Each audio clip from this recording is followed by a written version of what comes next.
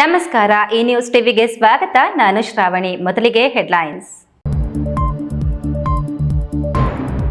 ದ್ವಿಚಕ್ರ ವಾಹನದ ಮೇಲೆ ಕೆಎಸ್ಆರ್ಟಿಸಿ ಬಸ್ ಎರೆದು ಗಂಡ ಹೆಂಡತಿ ಸ್ಥಳದಲ್ಲೇ ಸಾವು. ಮಧ್ಯವರ್ತಿಗಳ ಹಾವಳಿ ಬಗ್ಗೆ ಕೇಳಿ ಬಂದ ಆರೋಪ.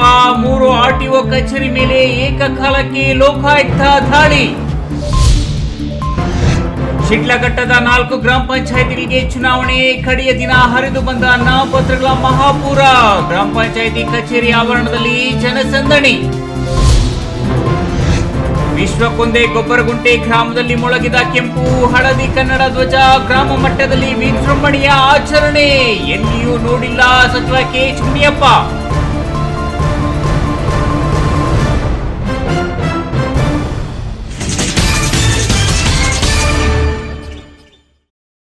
ವಾರ್ತೆಗಳ ವಿವರ. ದ್ವಿಚಕ್ರ ವಾಹನದ ಮೇಲೆ ಸರ್ಕಾರಿ ಬಸ್ ಹರಿದು ಗಂಡ ಹೆಂಡತಿ ಸ್ಥಳದಲ್ಲೇ ಸಾವನ್ನಪ್ಪಿರುವ ಭೀಕರ ಘಟನೆ ಚಿಂತಾಮಣಿ ನಗರದ ಆದರ್ಶ ಟಾಕೀಸ್ ಮುಂಭಾಗದಲ್ಲಿ ಬುಧವಾರ ಮಧ್ಯಾಹ್ನ 12:30 ಸಮಯದಲ್ಲಿ ನಡೆದಿದೆ.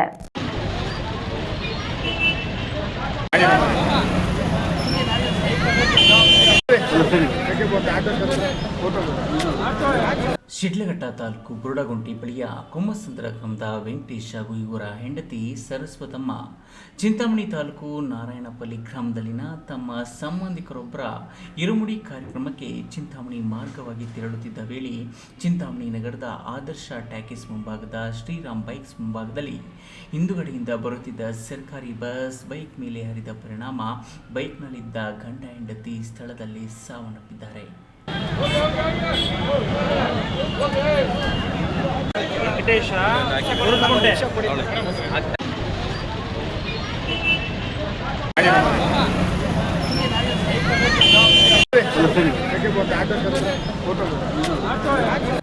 ಚಿಂತಾಮಣಿ ನಗರದಲ್ಲಿ ಅಂಗಡಿಗಳ ಮಾಲೀಕರು ರಸ್ತೆಯ ಫುಟ್ಪಾತ್ ಜಾಗವನ್ನು ಒತ್ತುವರಿ ಮಾಡಿಕೊಂಡಿರುವ ಕಾರಣ ಶ್ರೀರಾಮ್ ಬೈಕ್ಸ್ ಅಂಗಡಿಯಿಂದ ದ್ವಿಚಕ್ರ ವಾಹನವೊಂದು ಹಿಂದಕ್ಕೆ ಬಂದು ರಸ್ತೆಯಲ್ಲಿ ಹೋಗುತ್ತಿದ್ದ ಬೈಕ್ ಮೇಲೆ ಬಸ್ ಹರಿದಿದೆ ಎನ್ನಲಾಗಿದೆ.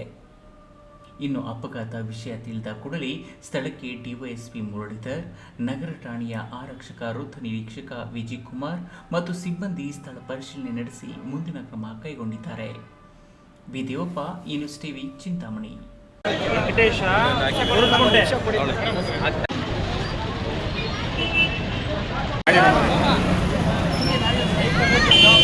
ತುಮಕೂರು, ಮಧುಗಿರಿ ಹಾಗೂ ತಿಪಟೂರು ಸಾರಿಗೆ ಇಲಾಖೆಯಲ್ಲಿ ಮಧ್ಯವರ್ತಿಗಳ ಹಾವಳಿ ಹೆಚ್ಚಿರುವ ಬಗ್ಗೆ ಕೇಳಿಬಂದ ಸಾರ್ವಜನಿಕ ಆರೋಪದ ಮೇರೆಗೆ 3 ಕಡೆ ಏಕಕಾಲಕ್ಕೆ ಲೋಕಾಯುಕ್ತ ಅಧಿಕಾರಿಗಳ ತಂಡ ದಾಳಿ ನಡೆಸಿ ತಪಾಸಣೆ ನಡೆಸುತ್ತಿದ್ದಾರೆ.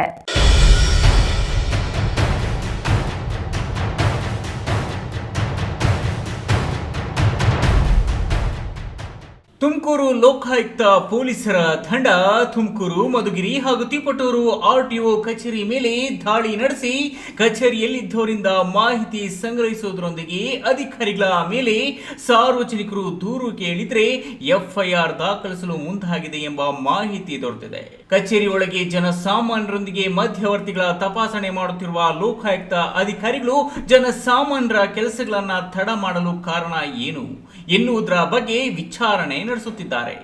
ಸದ್ಯದ ಸ್ಥಿತಿಯಲ್ಲಿ ಆರ್ಟಿಒ ಕಚೇರಿಯಲ್ಲಿ ತಪಾಸಣೆ ನಡೆಸುತ್ತಿದ್ದು ದಾಖಲೆಗಳನ್ನು ಪರಿಶೀಲನೆ ನಡೆಸುತ್ತಿದ್ದಾರೆ. ಕಚೇರಿಯಲ್ಲಿ ಏನೇನು ನಡೆಯುತ್ತಿದೆ ಎಂಬುದನ್ನು ಲೋಕಾಯುಕ್ತ ಅಧಿಕಾರಿಗಳು ಹೇಳಬೇಕಿದೆ. Thimmaiah, news TV, Tumakuru.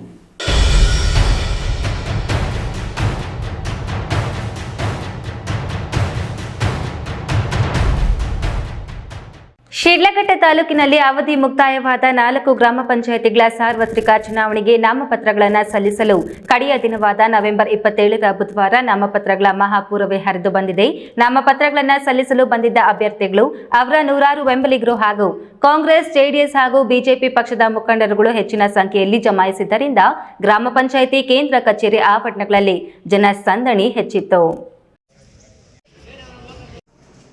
ಶಿಡ್ಲಘಟ್ಟ ತಾಲೂಕಿನ ಭಕ್ತರಹಳ್ಳಿ, ಮಳಮಾಚನಹಳ್ಳಿ, ಹೊಸಪೇಟೆ ಹಾಗೂ ನಾಗಮಂಗಲ ಗ್ರಾಮ ಪಂಚಾಯಿತಿಗಳಿಗೆ ಚುನಾವಣೆ ಘೋಷಣೆಯಾಗಿದ್ದು 4 ಗ್ರಾಮ ಪಂಚಾಯಿತಿಗಳ 48 ಸ್ಥಾನಗಳಿಗೆ ನಾಮಪತ್ರ ಸಲ್ಲಿಸಲು ಬುಧವಾರ ಕಡೆಯ ದಿನವಾಗಿತ್ತು.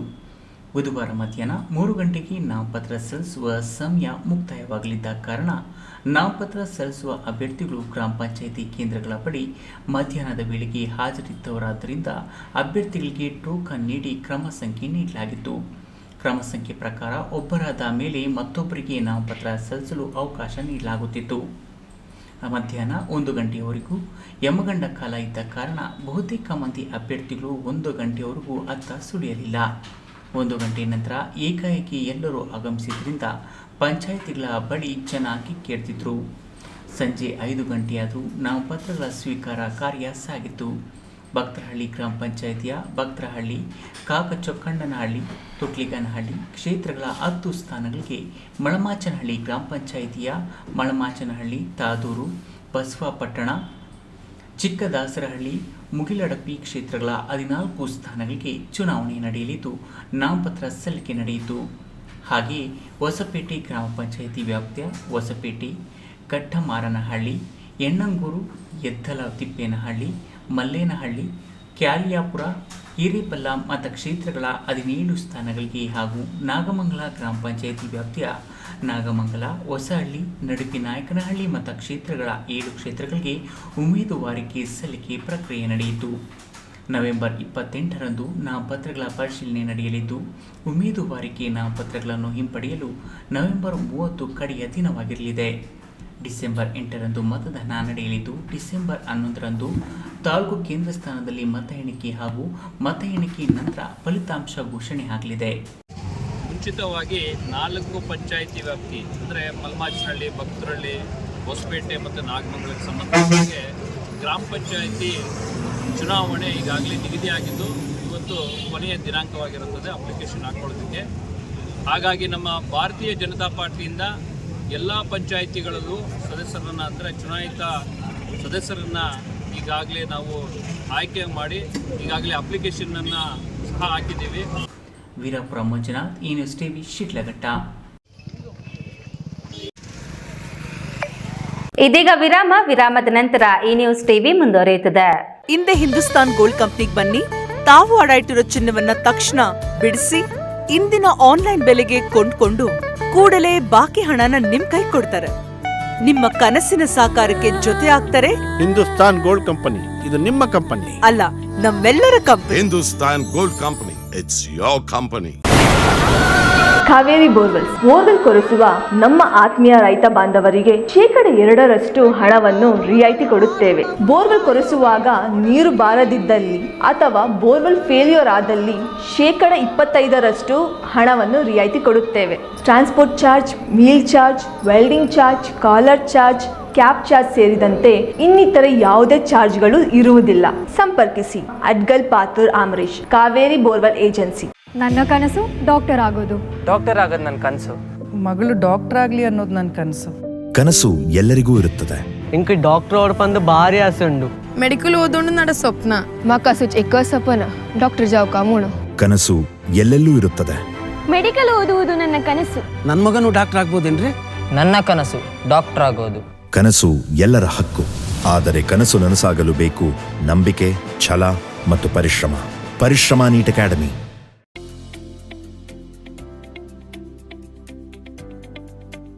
ಶಾಂತ ಸಮೂಹ ಶಿಕ್ಷಣ ಸಂಸ್ಥೆಗಳು ಪೇರೆಸಂದ್ರ, ಚಿಕ್ಕಬಳ್ಳಾಪುರ. ಪೇರೆಸಂದ್ರದ ಶಾಂತ ಸಮೂಹ ಶಿಕ್ಷಣ ಸಂಸ್ಥೆಯಲ್ಲಿ ಉದ್ಯೋಗ ಮತ್ತು ಸೇವಾ ಆಧಾರಿತ ನರ್ಸಿಂಗ್ ಕೋರ್ಸ್, ಅರೆ ವೈದ್ಯಕೀಯ ಕೋರ್ಸ್ಗಳು, ಪ್ರಯೋಗಾಲಯ ತರಬೇತಿ ಕೋರ್ಸ್ಗಳು, ಫಿಸಿಯೋಥೆರಪಿ, ಡಿ ಫಾರ್ಮಾ ಮತ್ತು ಬಿ ಫಾರ್ಮಾ ಕೋರ್ಸ್ಗಳಿಗೆ ದಾಖಲಾತಿಗಳು ಆರಂಭವಾಗಿದೆ. ನಿಮ್ಮ ಉಜ್ವಲ ಭವಿಷ್ಯಕ್ಕಾಗಿ ಆರೋಗ್ಯ ಶಿಕ್ಷಣ ಕೋರ್ಸ್ಗಳಿಗೆ ಇಂದೇ ದಾಖಲಾತಿ ಪಡೆಯಿರಿ.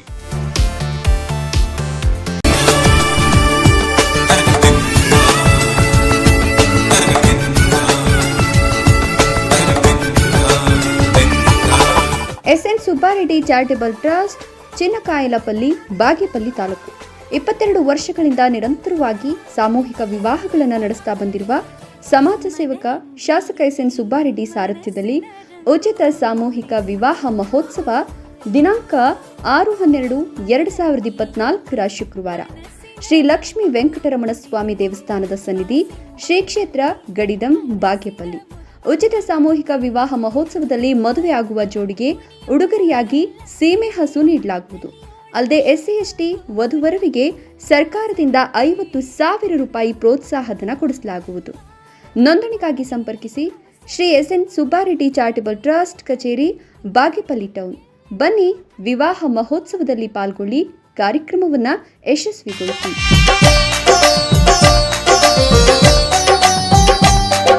ವಿರಾಮದ ನಂತರ ಈ ನ್ಯೂಸ್ ಟಿವಿಗೆ ಸ್ವಾಗತ. ಗ್ರಾಮ ಮಟ್ಟದಲ್ಲಿ ಬಹಳ ಅದ್ದೂರಿಯಾಗಿ ಕನ್ನಡ ರಾಜ್ಯೋತ್ಸವ ಆಚರಿಸುತ್ತಿರುವುದನ್ನು ನನ್ನ ಅವಧಿಯಲ್ಲಿ ರಾಜ್ಯದಲ್ಲಿ ಎಲ್ಲಿಯೂ ನೋಡಿಲ್ಲ. ಇದೇ ಮೊದಲು ಎಂದು ಸಚಿವ KH ಮುನಿಯಪ್ಪ ಶ್ಲಾಘಿಸಿದರು. ದೇವನಹಳ್ಳಿ ತಾಲೂಕಿನ ಆವತಿ ಗ್ರಾಮ ಪಂಚಾಯಿತಿ ವ್ಯಾಪ್ತಿಯ ವಿಶ್ವಕುಂದು ಕುಪ್ಪರಗುಂಟಿ ಗ್ರಾಮದಲ್ಲಿ ಪ್ರತಿ ವರ್ಷದಂತೆ ಈ ವರ್ಷವೂ ಸಹ ಅದ್ದೂರಿಯಾಗಿ 69ನೇ ಕನ್ನಡ ರಾಜ್ಯೋತ್ಸವ ಕಾರ್ಯಕ್ರಮದಲ್ಲಿ ಸಚಿವ KH ಮುನಿಯಪ್ಪ ಮಾತನಾಡಿ, ಚುನಾವಣೆ ಸಂದರ್ಭದಲ್ಲಿ ಗ್ರಾಮಕ್ಕೆ ಬರದಿದ್ದರೂ 70 ಮತಗಳ ಲೀಡ್ ನೀಡುವುದರ ಮೂಲಕ ಆಶೀರ್ವದಿಸುವುದಕ್ಕೆ ಕೃತಜ್ಞತೆ ಸಲ್ಲಿಸುತ್ತೇನೆ. ಈ ಭಾಗದ ಮುಖಂಡರ ಸಹಕಾರ ಹೆಚ್ಚು ಇದೆ. ಗ್ರಾಮಗಳ ರಸ್ತೆ, ಚರಂಡಿ, ನಿವೇಶನ, ರೈತರಿಗೆ ನಿವೇಶನ ಹಂಚಿಕೆ ಮತ್ತು ಅಭಿವೃದ್ಧಿ ಕೆಲಸಗಳಿಗೆ ಹೆಚ್ಚಿನ ಆದ್ಯತೆ ನೀಡಲಾಗುತ್ತದೆ. ಆವತಿಯಿಂದ ಗೊಬ್ಬರಗುಂಟಿ ರಸ್ತೆ ಅಭಿವೃದ್ಧಿಗೆ 1 ತಿಂಗಳ ಒಳಗೆ ರಸ್ತೆ ಕಾಮಗಾರಿಗೆ ಚಾಲನೆ ನೀಡಲಾಗುತ್ತದೆ ಎಂದು ಹೇಳಿದರು. ಗ್ರಾಮಕ್ಕೆ ಬರೆದಿದ್ದರೂ ಕೂಡ ನನಗೆ ಬಹುಮತವನ್ನು ಕೊಟ್ಟು ನನ್ನನ್ನು ಆಯ್ಕೆ ಮಾಡಿದ್ದಕ್ಕೆ ತಮಗೆ ಶಿರಸಾವಹಿಸಿ ನಮಸ್ಕಾರಗಳನ್ನು ಕೊಡ್ತೀನಿ. ಹೊಸ ಕಾರ್ಯಕ್ರಮಗಳನ್ನು ನೀವು ನೋಡ್ತೀವಿ. ಶಾಲೆಯ ಕಟ್ಟಡಗಳ ನಿರ್ಮಾಣ ಆಗಲಿ, ರಸ್ತೆಗಳ ಕಾರ್ಯಕ್ರಮ ಆಗಲಿ, ಸೈಟ್ಗಳು ಕೊಡುವಂಥದ್ದಾಗಲಿ, ರಸ್ತೆಗಳಾಗಬೇಕು, ಇದೆಲ್ಲಕ್ಕೂ ಕೂಡ ಹೆಚ್ಚು ಪ್ರಾಧಾನ್ಯ ಕೊಡ್ತೀವಿ ಅಂತ ಮಾತನ್ನು ಹೇಳ್ತಾ, ಇದೇ ಸಂದರ್ಭದಲ್ಲಿ ದೇವನಹಳ್ಳಿಯಲ್ಲಿ ನಡೆಯುವ ಕಡಲೆಕಾಯಿ ಪರಿಶೀಲನೆ ಏರ್ಪಡಿಸಿದ್ದ ಜಿಲ್ಲಾ ಮಟ್ಟದ ಕಬಡ್ಡಿ ಕ್ರೀಡಾಕೂಟದಲ್ಲಿ ಆವತಿ ಗ್ರಾಮದಿಂದ ಪ್ರಥಮ ಸ್ಥಾನ ಗಳಿಸಿದ ಕ್ರೀಡಾಪಟುಗಳಿಗೆ ಪ್ರಶಸ್ತಿ ಪತ್ರವನ್ನು ನೀಡಿ ಅಭಿನಂದಿಸಲಾಯಿತು.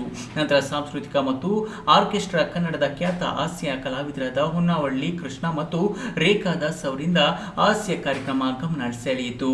ಈ ವೇಳೆ ಭಯಪ್ಪ ಅಧ್ಯಕ್ಷ ಶಾಂತಕುಮಾರ್, ನಿರ್ದೇಶಕ ಪ್ರಸನ್ನ, ಮುಖಂಡರಾದ ಜಗನ್ನಾಥ್, ಬೋನಹಳ್ಳಿ ಮುನ್ರಾಜು ಮುಂತಾದವರು ಹಾಜರಿದ್ದರು. ಐದರ್ ಸಾಬ್ ನ್ಯೂಸ್ ಟಿವಿ, ದೇವನಹಳ್ಳಿ. ಪ್ರತಿ ವರ್ಷ ಈ ಒಂದು ಕನ್ನಡ ರಾಜ್ಯೋತ್ಸವ ಕಾರ್ಯಕ್ರಮವನ್ನು ಯುವ ಉತ್ಸವ ಕಾರ್ಯಕ್ರಮವನ್ನ ಈ ಬಾರಿ ಒಂದು ವಿಭಿನ್ನವಾದ ಹಾಗೂ ಹೊಸ ರೂಪದಲ್ಲಿ ಕೇಂದ್ರ ಸರ್ಕಾರವು ಎಲ್ಲ ರಾಜ್ಯ ಸರ್ಕಾರಗಳ ಸಹಯೋಗದೊಂದಿಗೆ ನಡೆಸುತ್ತಿರುವ ಕಾರ್ಯಕ್ರಮವಾಗಿದೆ ಎಂದು ರಾಜ್ಯ ನೆಹರು ಯುವ ಕೇಂದ್ರದ ನಿರ್ದೇಶಕ ಅಲೋಕ್ ಕುಮಾರ್ ದಾಸ್ ಹೇಳಿದರು.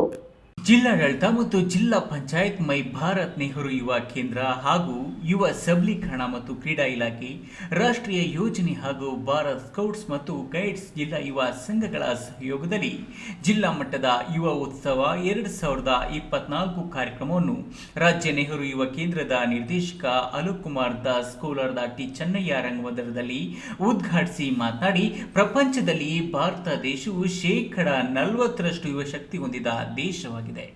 ಯುವ ಜನತೆ ದೇಶದ ಬಗ್ಗೆ ಚಿಂತನೆ, ಆಸಕ್ತಿ ಹಾಗೂ ಶ್ರಮವಹಿಸಿ ದುಡಿದರೆ ದೇಶವು ಅಭಿವೃದ್ಧಿ ಹೊಂದಲು ಸುಲಭವಾಗುತ್ತದೆ.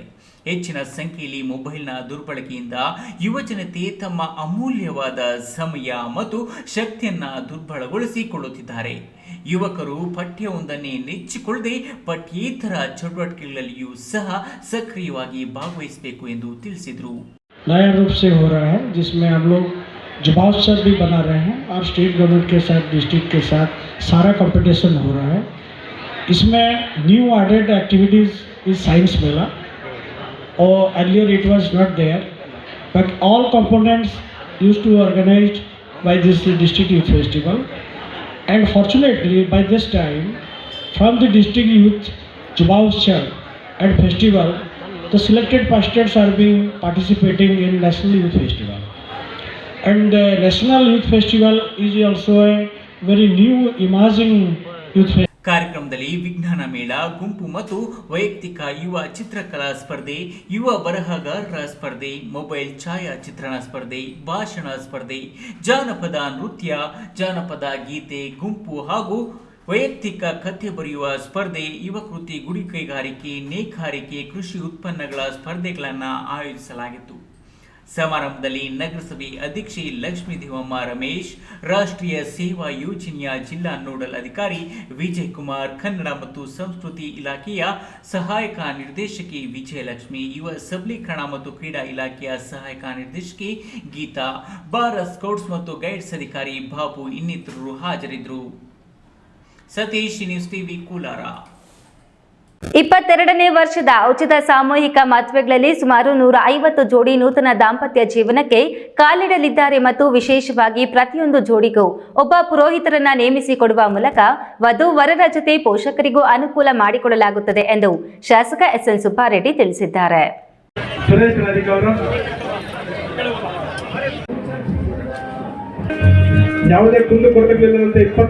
ಬಾಗೇಪಲ್ಲಿ ಪಟ್ಟಣದ ಗೂಳೂರು ಮುಖ್ಯ ರಸ್ತೆಯಲ್ಲಿರುವ ಶಾಸಕರ ಗೃಹ ಕಚೇರಿ ಮುಂಭಾಗದಲ್ಲಿ ಎಸ್ಎನ್ ಸುಬ್ಬಾರೆಡ್ಡಿ ಚಾರಿಟಬಲ್ ಟ್ರಸ್ಟ್ ವತಿಯಿಂದ ಆಯೋಜಿಸಲಾಗಿದ್ದ 22ನೇ ಉಚಿತ ಸಾಮೂಹಿಕ ವಿವಾಹಗಳ ಪ್ರಯುಕ್ತ ನೋಂದಾಯಿಸಿಕೊಂಡ ಸುಮಾರು 140 ಜೋಡಿಗಳಿಗೆ ಸೀಮೆ ಹಸು ಖರೀದಿಗೆ ಮುಂಗಡ ಹಣ 5,000 ಮತ್ತು ಕಾಲುಂಗರ ಹಾಗೂ ವಧುವರರಿಗೆ ಮತ್ತು ಪೋಷಕರಿಗೆ ಮದುವೆ ವಸ್ತ್ರ ವಿತರಿಸಿ ಮಾತನಾಡಿದ ಶಾಸಕ ಸುಬ್ಬಾರೆಡ್ಡಿ, ನಮ್ಮ ಭಾಗದ ಜನರು ತಮ್ಮ ಮಕ್ಕಳಿಗೆ ಅದ್ಧೂರಿಯಾಗಿ ಮದುವೆ ಮಾಡಬೇಕೆಂಬ ಉದ್ದೇಶದಿಂದ ಸಾಲ ಮಾಡಿ ತಮ್ಮ ಮಕ್ಕಳಿಗೆ ಮದುವೆ ಮಾಡಿದ ಸಾಲ ತೀರಿಸಲಾಗದೆ ಅನೇಕ ನೋವುಗಳನ್ನು ಅನುಭವಿಸುವುದನ್ನು ನಾವು ತುಂಬಾ ಹತ್ತಿರದಿಂದ ಗಮನಿಸಿದ್ದೇನೆ.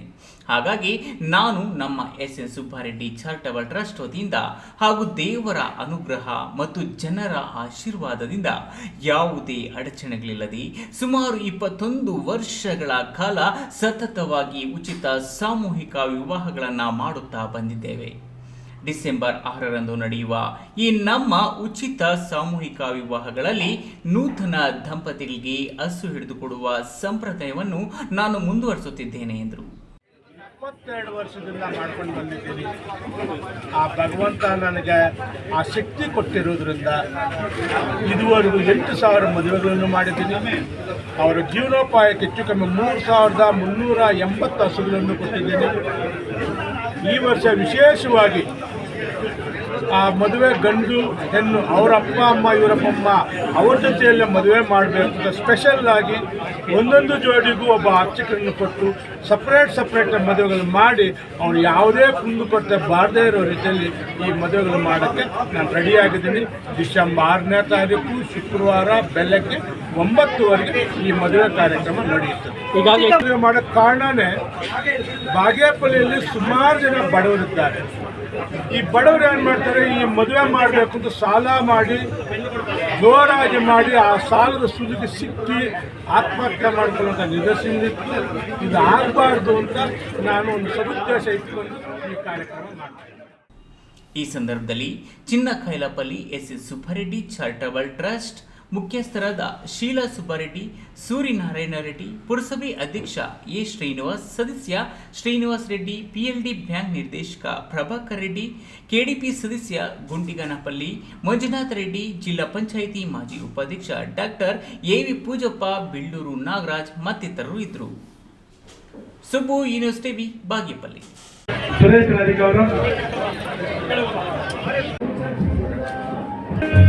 ಯಾವುದೇ ಕುಂದು ಕೊರತೆಗಳಿಲ್ಲದಂತೆ 22 14 ವರ್ಷಗಳಿಂದ ಗ್ರಾಮದ ಮುಖ್ಯ ರಸ್ತೆಯಲ್ಲಿ ಚರಂಡಿ ನೀರು ಹರಿದು ಹೋಗಿ ಜನರಿಗೆ ಚರಂಡಿ ಅಭಿಷೇಕ ಆಗುತ್ತಿದ್ರು. ಇತ್ತ ಅಧಿಕಾರಿಗಳು ಅತ್ತ ಗ್ರಾಮದ ನಿವಾಸಿಗಳು ಗಮನ ನೀಡದೆ ಕೊಳಚೆ ನೀರಿನ ಮೇಲೆಯೇ ಸಂಚಾರ ಮಾಡಿ ಜೀವನ ಮಾಡುತ್ತಿರುವ ಅಸಹ್ಯಕರವಾದ ವಾತಾವರಣ ಚೇಳೂರು ತಾಲೂಕಿನ ಸೋಮನಾಥಪುರ ಗ್ರಾಮ ಪಂಚಾಯಿತಿ ಬೂದಿಲಪಲ್ಲಿ ಗ್ರಾಮದಲ್ಲಿ ವರದಿಯಾಗಿದೆ.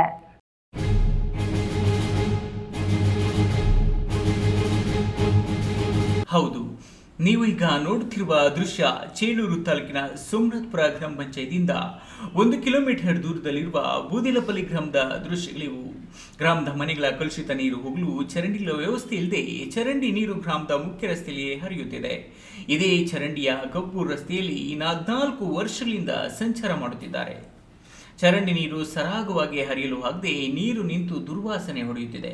ಇದರಿಂದ ಸಾಂಕ್ರಾಮಿಕ ರೋಗಗಳು ಹರಡುತ್ತಿವೆ. ಸೊಳ್ಳೆಗಳ ಕಾಟದಿಂದ ನಿವಾಸಿಗಳಲ್ಲಿ ರೋಗ ರುಜಿನಗಳು ಹೆಚ್ಚಾಗಿದೆ. ಬೂದಿಲಪಲ್ಲಿ ಗ್ರಾಮದ ಕೊಳಚೆ ನೀರು ಹರಿಯುವ ಈ ಚರಂಡಿಯು ಸಂಪೂರ್ಣವಾಗಿ ಹದಗೆಟ್ಟು ಕಲ್ಲು, ಮಣ್ಣು, ಕಸ ಕಡ್ಡಿ, ಪ್ಲಾಸ್ಟಿಕ್ ಪೇಪರ್ಗಳಿಂದ ತುಂಬಿ ನೀರು ಹೋಗದೆ ನಿಂತಲ್ಲೇ ನಿಂತು ದುರ್ನಾತ ಬರುತ್ತಿದೆ. ಈ ಚರಂಡಿಯಿಂದ ಬರುವ ದುರ್ನಾತದಿಂದ ಮೂಗಿಗೆ ಕರವಸ್ತ್ರ ಕಟ್ಟಿಕೊಂಡು ನಿವಾಸಿಗಳು ಓಡಾಡುತ್ತಿದ್ದಾರೆ. ಇನ್ನಾದರೂ ಅಧಿಕಾರಿಗಳು ಎಚ್ಚೆತ್ತು ಚರಂಡಿ ಸರಿಪಡಿಸುವವರೇ ಕಾದು ನೋಡಬೇಕಾಗಿದೆ. JV Chalapathi, news TV, Chelur.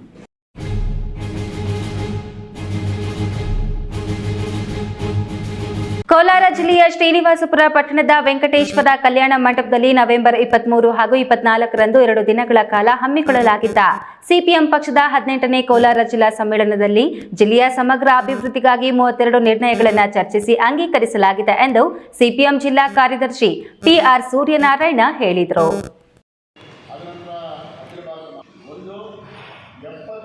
Kolar ನಗರದ ಪತ್ರಕರ್ತರ ಭವನದಲ್ಲಿ ನಡೆದ ಸುದ್ದಿಗೋಷ್ಠಿಯಲ್ಲಿ ಸಿಪಿಎಂ ಜಿಲ್ಲಾ ಕಾರ್ಯದರ್ಶಿ ಪಿಆರ್ ಸೂರ್ಯನಾರಾಯಣ್ ಮಾತನಾಡಿ, ಈ ನಿರ್ಣಯದ ಆಧಾರದಲ್ಲಿ ಜಿಲ್ಲೆಯ ನಾನಾ ಸಮಸ್ಯೆಗಳ ನಿವಾರಣೆಗಾಗಿ ಪಕ್ಷಾತೀತ ಜನಪರ ಸಂಘಟನೆಗಳೊಂದಿಗೆ ಜಿಲ್ಲೆಯ ಸಮಗ್ರ ಅಭಿವೃದ್ಧಿಯ ಘೋಷಣೆಯಡಿ ನಡೆದ ಸಮ್ಮೇಳನದಲ್ಲಿ ನಿರ್ಣಯಗಳನ್ನು ಮುಂದಿನ ದಿನಗಳಲ್ಲಿ ಹಂತ ಹಂತವಾಗಿ ಈಡೇರಿಸಲಾಗುತ್ತದೆ ಎಂದ ಅವರು, ನಿರ್ಣಯದಲ್ಲಿ ಅರಣ್ಯ ಇಲಾಖೆಯ ರೈತ ವಿರೋಧಿ ಭೂ ಸ್ವಾಧೀನ ವಿರುದ್ಧ, ಬಗರುಕುಂ ಸಾಗುವಳಿ ಸಕ್ರಮಕ್ಕಾಗಿ ಕೈಗಾರಿಕೆಗಳ ಸ್ಥಾಪನೆ ಮತ್ತು ಅಭಿವೃದ್ಧಿಯ ವಿವಿಧ ಯೋಜನೆಗಳಿಗೆ ರೈತರ ಕೃಷಿ ಭೂಮಿ ಸ್ವಾಧೀನ ಮಾಡುವಾಗ ಕೇಂದ್ರ ಸರ್ಕಾರ 2013ರ ಕಾಯ್ದೆ ಅಡಿಯಲ್ಲಿ ಭೂ ಸ್ವಾಧೀನಕ್ಕೆ ಆಗಮಿಸಿ ಬಡವರಿಗೆ ಉಚಿತ ನಿವೇಶನ ಹಂಚಿಕೆ ಮಾಡಬೇಕೆಂದು ಒತ್ತಾಯಿಸಿದರು.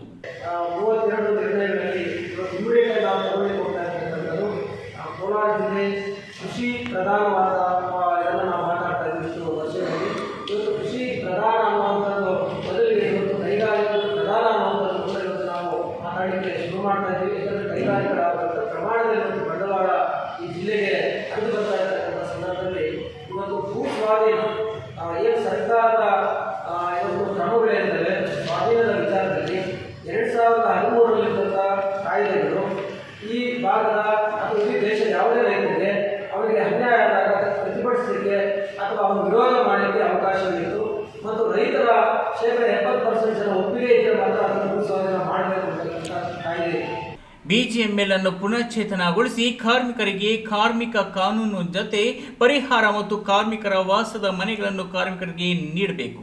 ಬೆಮ್ಮೆಲ್ ಅನ್ನು ಖಾಸಗೀಕರಣ ಮಾಡುವುದನ್ನು ಕೈಬಿಡಲು ಆಗ್ರಹಿಸಿ ಬೆಮ್ಮೆಲ್ನಲ್ಲಿ ದುಡಿಯುವ ಗುತ್ತಿಗೆ ಕಾರ್ಮಿಕರ ಅನಿರ್ದಿಷ್ಟ ಅವಧಿ ಹೋರಾಟವನ್ನು ಬೆಂಬಲಿಸಿ ಕೇಂದ್ರ ಸರ್ಕಾರ ಕಾರ್ಮಿಕರ ಬೇಡಿಕೆಗಳನ್ನು ಈಡೇರಿಸಲು ಪ್ರತಿಭಟನೆಯನ್ನ ನಡೆಸಲಾಗುತ್ತದೆ ಎಂದರು. ಸಿಪಿಎಂ ಪಕ್ಷದ ಮುಖಂಡರಾದ ಸಿಪಿಎಂ ಮುಖಂಡ ವಿ ಗೀತಾ, ಗಾಂಧಿನಗರ ನಾರಾಯಣ ಸ್ವಾಮಿ, ಟಿಎಂ ವೆಂಕಟೇಶ್, ಇಆರ್ ಬಾಬು, ಪಾತಕೋಟೆ ನವೀನ್ ಕುಮಾರ್, ವಿಜಯಕೃಷ್ಣ ಇನ್ನಿತರರು ಇದ್ದರು.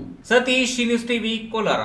ಯಾವುದೇ ಒಂದು ಸಮುದಾಯದ ಸಾಂಸ್ಕೃತಿಕ ನಾಯಕರ ಹೆಸರಲ್ಲಿ ನಿರ್ಮಾಣ ಮಾಡುವಂತಹ ಭವನಗಳಿಗೆ ಮೂಲಭೂತ ಸೌಕರ್ಯಗಳನ್ನು ಒದಗಿಸಿಕೊಡಬೇಕು ಎಂದು ಮಹರ್ಷಿ ವಾಲ್ಮೀಕಿ ಗುರುಪೀಠದ ಶ್ರೀ ಪ್ರಸನ್ನಾನಂದಪುರಿ ಸ್ವಾಮೀಜಿ ಹೇಳಿದರು.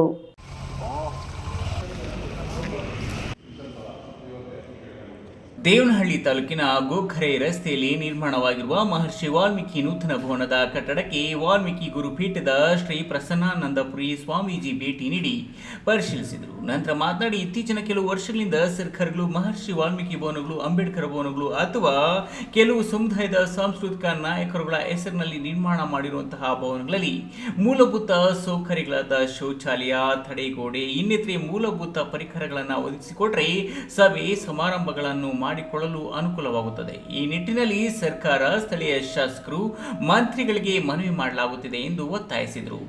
ನಮ್ಮ ದೇವನಹಳ್ಳಿ ತಾಲೂಕಿನಲ್ಲಿ ನಿರ್ಮಾಣವಾಗಿರ್ತಕ್ಕಂತಹ ಮಹರ್ಷಿ ವಾಲ್ಮೀಕಿ ಭವನಕ್ಕೆ ನಾವು ಭೇಟಿಯನ್ನು ನೀಡಿದಂಥ ಸಂದರ್ಭದಲ್ಲಿ ಇತ್ತೀಚಿನ ಕೆಲವು ವರ್ಷಗಳಿಂದ ಸರ್ಕಾರಗಳು ಮಹರ್ಷಿ ವಾಲ್ಮೀಕಿ ಭವನ ಇರ್ಬೋದು, ಅಂಬೇಡ್ಕರ್ ಭವನ ಇರ್ಬೋದು ಅಥವಾ ಕೆಲವು ಸಮುದಾಯದ ಸಾಂಸ್ಕೃತಿಕ ನಾಯಕರ ಹೆಸರಿನಲ್ಲಿ ಭವನಗಳನ್ನು ನಿರ್ಮಾಣ ಮಾಡ್ತಾಯಿದ್ದಾರೆ. ಆದರೆ ಆ ಭವನಗಳು ಹೇಗಿರ್ತಾವಪ್ಪ ಅಂತಂದರೆ ಸರ್ಕಾರದ ಏನು ಪ್ಲ್ಯಾನ್ ಇರ್ತದೆ ಅದರ ಪ್ರಕಾರ ಅವರು ಮಾಡೋದ್ರಿಂದ ಬಹುತೇಕ ಅಲ್ಲಿ ಸಭೆ ಸಮಾರಂಭಗಳು ಮಾಡ್ಕೊಳ್ಳೋಕ್ಕೆ ಅನುಕೂಲ ಆಗ್ತದೆ. ಮಹರ್ಷಿ ವಾಲ್ಮೀಕಿ ಸಂಘದ ದೇವನಹಳ್ಳಿ ತಾಲೂಕು ಅಧ್ಯಕ್ಷ ಡೇರಿ ನಾಗೇಶ್ ಮಾತನಾಡಿ, ಬೆಂಗಳೂರು ಗ್ರಾಮಾಂತರ ಜಿಲ್ಲೆಯ 4 ತಾಲೂಕುಗಳಲ್ಲಿ ಮಹರ್ಷಿ ವಾಲ್ಮೀಕಿ ಭವನಗಳ ನಿರ್ಮಾಣ ಮತ್ತು ಕಾಮಗಾರಿಗಳು ನಡೆಯುತ್ತಿವೆ. ಮೂಲಭೂತವಾಗಿ ಒಂದು ಭವನಕ್ಕೆ ಏನೆಲ್ಲ ಬೇಕು ಅವೆಲ್ಲವನ್ನು ಕೊಡಬೇಕಾಗುತ್ತದೆ. ಕಳೆದ ಬಾರಿ ಆಗಿನ ಸಚಿವ ಶ್ರೀರಾಮುಲು ಅವರಿಗೆ ಮನವಿ ಮಾಡಲಾಗಿತ್ತು ಎಂದ ಅವರು, ಇನ್ನು 2024ರ ಮಾರ್ಚ್ ತಿಂಗಳಿನಲ್ಲಿ ಸಾಂಕೇತಿಕವಾಗಿ ಭವನದ ಉದ್ಘಾಟನೆಯಾಗಿರುತ್ತದೆ. 220 ಲಕ್ಷ ರುಗಳ ವೆಚ್ಚದಲ್ಲಿ ಭವನ ನಿರ್ಮಿಸಲಾಗಿದೆ. ಆದರೆ ಮೂಲಭೂತ ಸೌಕರ್ಯಗಳಿಲ್ಲ. ಭವನದ ಗೋಡೆಗೆ ಬಳಿದ ಬಣ್ಣ ಉದುರುತ್ತಿದೆ. ಕೆಲವೊಂದು ಕಡೆ ಅಪೂರ್ಣತೆ ಕಾಣಿಸುತ್ತಿದೆ ಎಂದು ಸಮುದಾಯದ ಮುಖಂಡರು ಬೇಸರ ವ್ಯಕ್ತಪಡಿಸಿದರು. ಇಲ್ಲಿ ಏನು ಅಂತಂದರೆ ಮೂಲಭೂತವಾಗಿ ಒಂದು ಭವನ ಅಂದಾಗ ಆ ಭವನಕ್ಕೆ ಏನೇನು ಬೇಕೋ ಎಲ್ಲ ಒಂದು ಸರಿ ಕೊಟ್ಟು ಅದನ್ನು ಉದ್ಘಾಟನೆ ಮಾಡಬೇಕು ಅನ್ನೋದು ನಮ್ಮ ಮನವಿ ಇತ್ತು.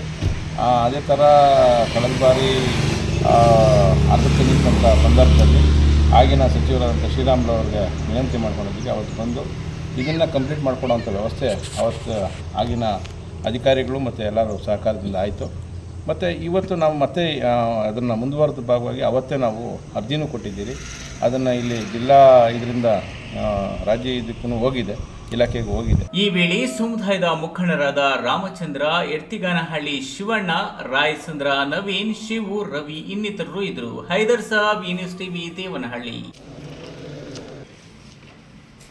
ತುಮಕೂರಿನ ಪಾವಗಡ ಸೇರಿದಂತೆ ವಿವಿಧೆಡೆ ಬೈಕ್ಗಳನ್ನು ಎಗರಿಸುತ್ತಿದ್ದ 3 ಅಂತಾರಾಜ್ಯ ಕಳ್ಳರನ್ನ ಬಂಧಿಸಿರುವ ಪಾವಗಡ ಪೊಲೀಸರು ಬಂಧಿತರಿಂದ 42 ಲಕ್ಷ ಮೌಲ್ಯದ 31 ದ್ವಿಚಕ್ರ ವಾಹನಗಳನ್ನು ವಶಕ್ಕೆ ಪಡೆದಿದ್ದಾರೆ.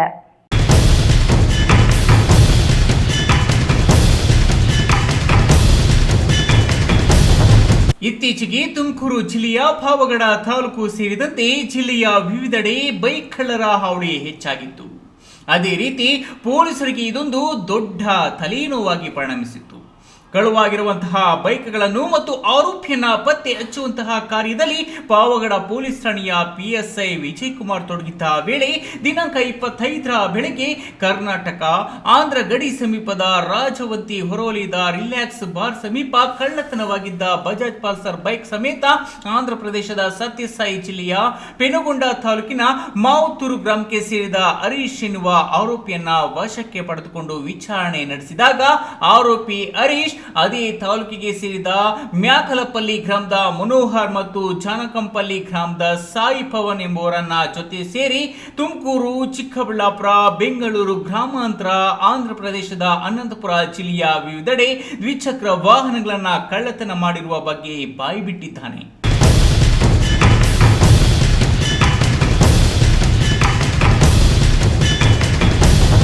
ಆರೋಪಿಗಳಿಂದ 6 royal Enfield bullet, 7 Bajaj Pulsar, 2 Apache, 2 RX 100, 2 KTM Duke, 7 hero Splendor, 3 fashion pro, 2 ಹೋಂಡಾ ಶೈನ್ ಸೇರಿ ಒಟ್ಟು 31 ದ್ವಿಚಕ್ರ ವಾಹನಗಳನ್ನು ವಶಪಡಿಸಿಕೊಂಡಿದ್ದಾರೆ.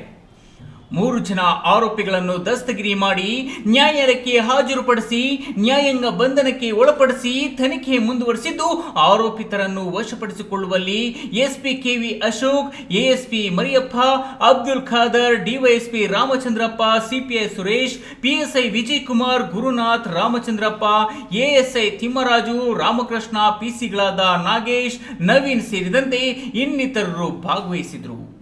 Thimmaiah, news TV, Tumakuru.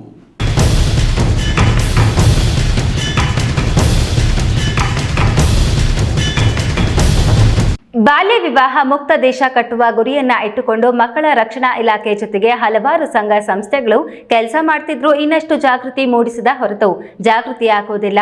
ಈಗಾಗಲೇ 18 ವರ್ಷದೊಳಗಿನ ಹೆಣ್ಣು ಮಗು 21 ವರ್ಷದ ಒಳಗಿನ ಗಂಡು ಮಗುವಿಗೆ ವಿವಾಹ ಮಾಡಿದರೆ ಅದು ಪೋಕ್ಸೋ ಕಾಯ್ದೆಯಡಿ ಬೇಲ್ ಇಲ್ಲದ ಕೇಸುಗಳು ದಾಖಲಾಗ್ತಿದ್ರು.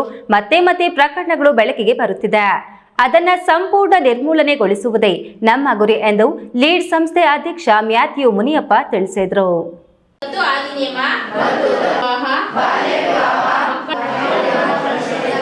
ಚಿಕ್ಕಬಳ್ಳಾಪುರ ನಗರದ ಸರ್ಕಾರಿ ಪ್ರಥಮ ದರ್ಜೆ ಕಾಲೇಜಿನಲ್ಲಿ ಜಿಲ್ಲಾಡಳಿತ, ಜಿಲ್ಲಾ ಪಂಚಾಯಿತಿ, ಜಿಲ್ಲಾ ಮಕ್ಕಳ ರಕ್ಷಣಾ ಘಟಕ ಹಾಗೂ ಲೀಡ್ ಸಂಸ್ಥೆ ಸಹಯೋಗದಲ್ಲಿ ಬಾಲ್ಯ ವಿವಾಹ ತಡೆ ಜಾಗೃತಿ ಸಮಾವೇಶ ಹಮ್ಮಿಕೊಳ್ಳಲಾಗಿತ್ತು.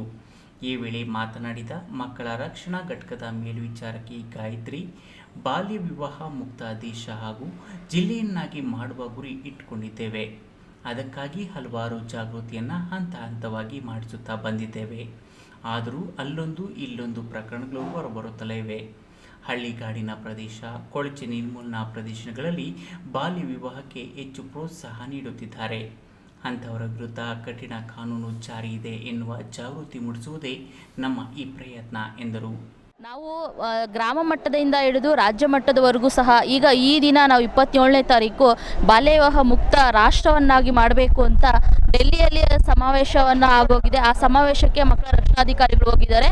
ಅದರ ಜೊತೆಗೆ ನಾವು ಸಹ ಈ ದಿನ ಅಂದರೆ ಗ್ರಾಮ ಮಟ್ಟದಲ್ಲಿಯೂ ಸಹ ಎಲ್ಲಿ ಮಕ್ಕಳ ಗ್ರಾಮ ಸಭೆಗಳು ನಡೀತಾ ಇದೆ ಮತ್ತು ಮಕ್ಕಳ ಒಂದು ಹಕ್ಕುಗಳ ಬಗ್ಗೆ ಜಾಗೃತಿ ಮೂಡಿಸೋದು, ಈ ರೀತಿ ಬಾಲ್ಯ ವಿವಾಹವನ್ನು ತಡೆಯುವಂಥ ನಿಟ್ಟಿನಲ್ಲಿ ಗ್ರಾಮ ಮಟ್ಟದಿಂದ ರಾಜ್ಯ ಮಟ್ಟದವರೆಗೂ ಕಾರ್ಯಕ್ರಮಗಳನ್ನ ಆಯೋಜನೆ ಮಾಡಿದ್ದು. ಈ ದಿನ ಜಿಲ್ಲಾ ಮಟ್ಟದಲ್ಲೂ ಸಹ ನಾವು ಪ್ರಥಮ ದರ್ಜೆ ಕಾಲೇಜಿನಲ್ಲಿ ಹೆಚ್ಚು ಮಹಿಳಾ ವಿದ್ಯಾರ್ಥಿಗಳಿಗೆ ಬಾಲ್ಯ ವಿವಾಹ ಯಾಕೆ ಮಾಡ್ಕೋಬಾರ್ದು ಮತ್ತು ಬಾಲ್ಯ ವಿವಾಹದಂಥ ದುಷ್ಪರಿಣಾಮಗಳೇನು. ಇದೇ ವೇಳೆ ಲೀಡ್ ಸಂಸ್ಥೆ ಅಧ್ಯಕ್ಷ ಮ್ಯಾಥ್ಯೂ ಮುನಿಯಪ್ಪ ಮಾತನಾಡಿ, ಕಳೆದ 10 ವರ್ಷಗಳಿಂದ ನಮ್ಮ ಸಂಸ್ಥೆ ಹಳ್ಳಿಗಾಡಿನ ಪ್ರದೇಶಗಳಲ್ಲಿ ಜಾಗೃತಿ ಮೂಡಿಸುತ್ತಿದ್ದೇವೆ. ಕಾನೂನು ಕಠಿಣವಾಗಿದ್ದರೂ ಜನರು ಜಾಗರೂಕರಾಗಿಲ್ಲ. ಅಂಥವರನ್ನು ಜಾಗೃತರನ್ನಾಗಿಸುವ ಶತಪ್ರಯತ್ನ ಮಾಡಿ ಬಾಲ್ಯ ವಿವಾಹ ಮುಕ್ತ ಜಿಲ್ಲೆಯನ್ನಾಗಿ ಮಾಡುವುದು ನಮ್ಮ ಗುರಿ ಎಂದರು.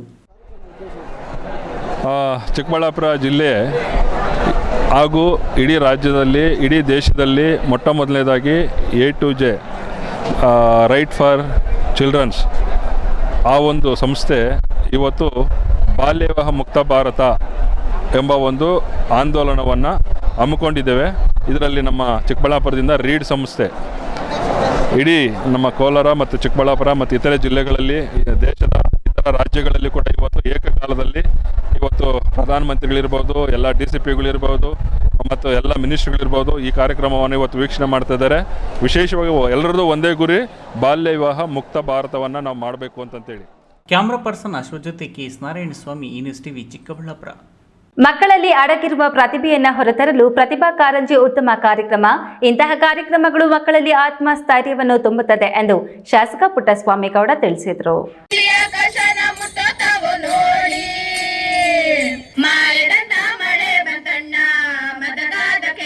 ಗೌರಿಬಿದನೂರಿನ ಸರ್ಕಾರಿ SSEA ಕಾಲೇಜಿನಲ್ಲಿ ಶಿಕ್ಷಣ ಇಲಾಖೆಯ ವತಿಯಿಂದ ನಡೆದ 2024-25ನೇ ಸಾಲಿನ ತಾಲೂಕು ಮಟ್ಟದ ಪ್ರತಿಭಾ ಕಾರಂಜಿ ಕಾರ್ಯಕ್ರಮವನ್ನು ಶಾಸಕ ಪುಟ್ಟಸ್ವಾಮಿಗೌಡ ಉದ್ಘಾಟಿಸಿ ಮಾತನಾಡಿ, ಮಕ್ಕಳ ಪ್ರತಿಭೆ ಇಂತಹ ವೇದಿಕೆಗಳ ಮೇಲೆ ಬಂದಾಗ ನಿರ್ಭಯವಾಗಿ ಹೊರಹೊಮ್ಮುತ್ತದೆ. ಇವರ ಪ್ರತಿಭೆಯನ್ನು ಹೊರಹಾಕಲು ಶಿಕ್ಷಕರು ಅವರನ್ನು ಪ್ರೋತ್ಸಾಹಿಸಬೇಕು ಎಂದರು.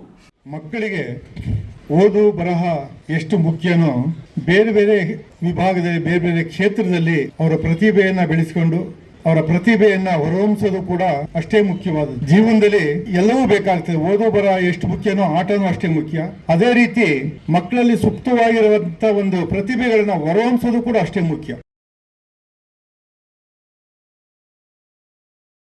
ಅಂದ್ರೆ ಓದು ಬರಹದ ಜೊತೆಗೆ ಅವರು ಒಂದು ವೇದಿಕೆಯ ಮೇಲೆ ನಿಂತು ಅವರ ಕಲೆಯನ್ನ, ಅವರ ವಾಕ್ಚಾತುರ್ಯವನ್ನು, ಅವರ ಒಂದು ಹವ್ಯಾಸಗಳನ್ನು, ಏನು ಅವರ ಮನಸ್ಸಲ್ಲಿ ಏನು, ಯಾವ ಕ್ಷೇತ್ರದಲ್ಲಿ, ಯಾವ ವಿಭಾಗದಲ್ಲಿ ಅವರಿಗೆ ಆಸಕ್ತಿ ಇದೆ ಅದನ್ನು ಹೊರಹೊಮ್ಮಿಸಬೇಕು. ತಾಲೂಕು ದಂಡಾಧಿಕಾರಿಗಳಾದ ಮಹೇಶ್ ಪತ್ರಿ ಮಾತನಾಡಿ, ಸರ್ಕಾರಿ ಶಾಲೆಯಲ್ಲಿ ಶಿಕ್ಷಣ ಪಡೆದ ಮಕ್ಕಳಲ್ಲಿ ಹೆಚ್ಚು ಪ್ರತಿಭೆ ಇರುತ್ತದೆ. ಅದನ್ನು ಹೊರತರಲು ಶಿಕ್ಷಕರು ಪ್ರಯತ್ನಿಸಬೇಕು ಎಂದು. ಸೋಲು ಗೆಲುವು ಸಹಜ, ಅದಕ್ಕಾಗಿ ಭಾಗವಹಿಸಬಾರದು. ನಮ್ಮಲ್ಲಿರುವ ಪ್ರತಿಭೆಯನ್ನು ಸಹ ವಿದ್ಯಾರ್ಥಿಗಳ ಮುಂದಿಡಲು ಸ್ಪರ್ಧೆಗಳಲ್ಲಿ ಭಾಗವಹಿಸಬೇಕು ಎಂದರು.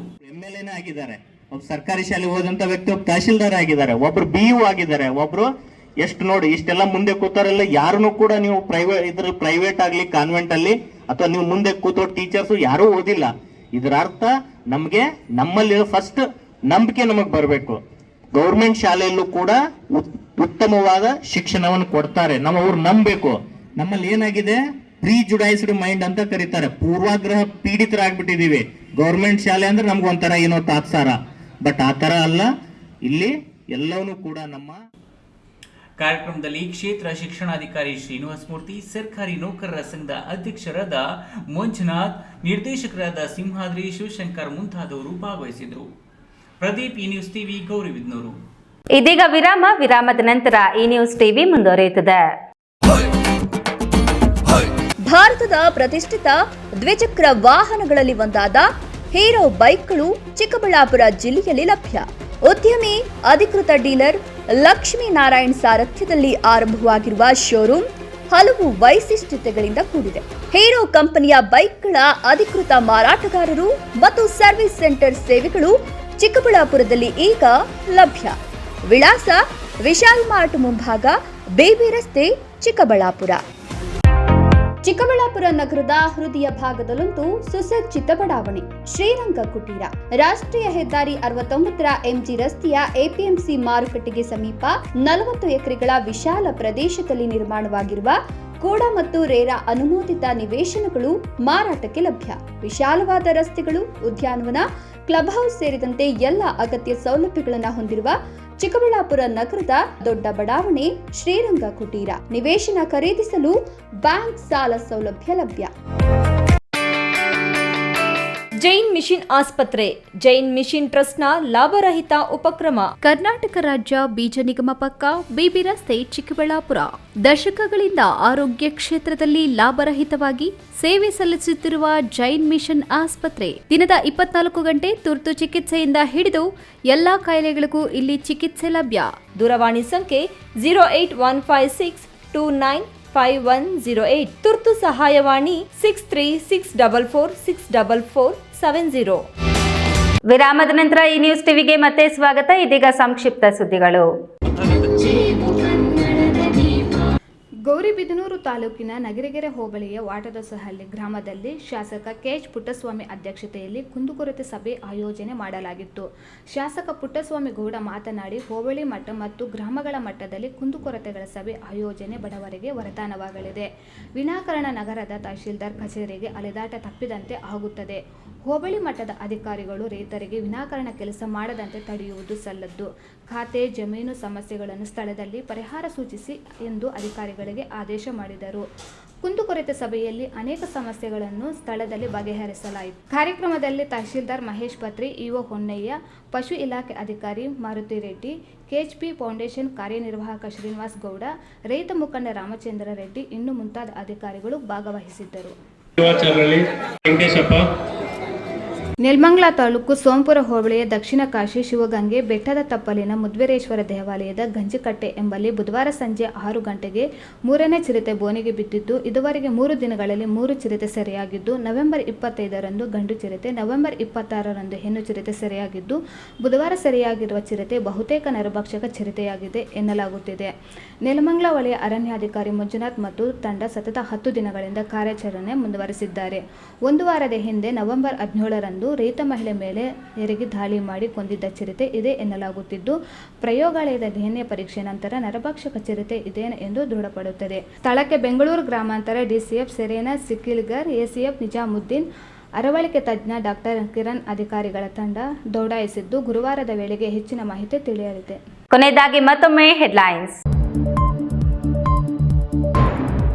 ದ್ವಿಚಕ್ರ ವಾಹನದ ಮೇಲೆ ಕೆಎಸ್ಆರ್ಟಿಸಿ ಬಸ್ ಎರೆದು ಗಂಡ ಹೆಂಡತಿ ಸ್ಥಳದಲ್ಲೇ ಸಾವು. ಮಧ್ಯವರ್ತಿಗಳ ಹಾವಳಿ ಬಗ್ಗೆ ಕೇಳಿ ಬಂದ ಆರೋಪ. 3 ಆರ್ಟಿಒ ಕಚೇರಿ ಮೇಲೆ ಏಕಕಾಲಕ್ಕೆ ಲೋಕಾಯುಕ್ತ ದಾಳಿ. ಶಿಡ್ಲಘಟ್ಟದ 4 ಗ್ರಾಮ ಪಂಚಾಯಿತಿಗಳಿಗೆ ಚುನಾವಣೆ ಕಡೆಯ ದಿನ ಹರಿದು ಬಂದ ನಾಮಪತ್ರಗಳ ಮಹಾಪೂರ. ಗ್ರಾಮ ಪಂಚಾಯಿತಿ ಕಚೇರಿ ಆವರಣದಲ್ಲಿ ಜನಸಂದಣಿ. ವಿಶ್ವಕ್ಕೊಂದೇ ಗೊಬ್ಬರಗುಂಟೆ ಗ್ರಾಮದಲ್ಲಿ ಮೊಳಗಿದ ಕೆಂಪು ಹಳದಿ ಕನ್ನಡ ಧ್ವಜ. ಗ್ರಾಮ ಮಟ್ಟದಲ್ಲಿ ವಿಜೃಂಭಣೆಯ ಆಚರಣೆ. ಎಲ್ಲಿಯೂ ನೋಡಿಲ್ಲ ಸಚಿವ ಕೆಎಚ್ ಮುನಿಯಪ್ಪ.